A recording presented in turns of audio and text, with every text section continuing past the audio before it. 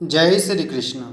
नमस्कार दोस्तों, आप सभी को अक्षय तृतीया की हार्दिक शुभकामनाएं। प्रिय भक्तजनों, आज मैं आपको अक्षय तृतीया की पावन कथा सुना रहा हूँ। प्राचीन काल में एक धर्मदास नामक वैश्य था। धर्मदास अपने परिवार के साथ एक छोटे से गांव में रहता था। वह बहुत ही गरीब था। वह हमेशा अपने परिवार के भरण पोषण के लिए चिंतित रहता था। उसके परिवार में कई सदस्य थे।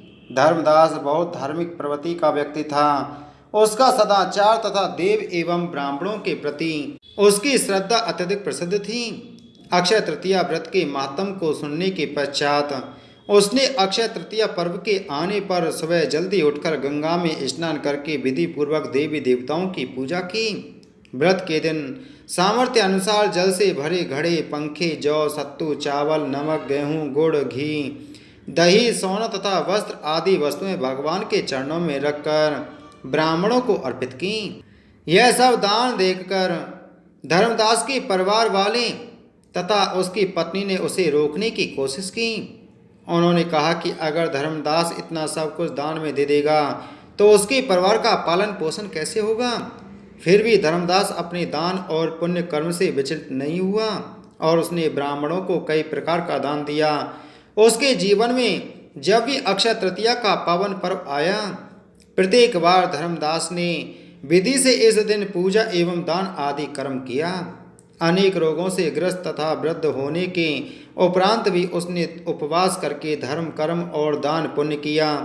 यही वैश्य दूसरे अगले जन्म में कुशावती का राजा हुआ। मानता है कि अक्षय तृतीया के दिन किए गए दान, पुण्य व पूजन के कारण वह अपने अगले जन्म में बहुत धनी एवं प्रतापी राजा बना। वह इतना धनी और प्रतापी राजा था कि त्रिदेव तक उसके दरबार में अक्षय तृतीया के दिन ब्राह्मण का वेश धारण करके उसके महायज्ञ में शामिल होते थे। अपनी श्रद्धा और भक्ति का उसे कभी घमंड नहीं हुआ।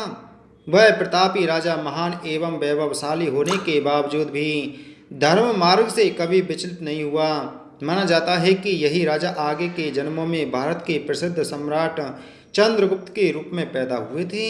जैसे भगवान ने धर्मदास पर अपनी कृपा की, वैसे ही जो भी व्यक्ति इस अक्षय तृतीया की कथा का महत्व सुनता है और विधि विधान से पूजा एवं दान आदि करता है, उसे अक्षय पुण्य एवं यश की प्राप्ति होती है।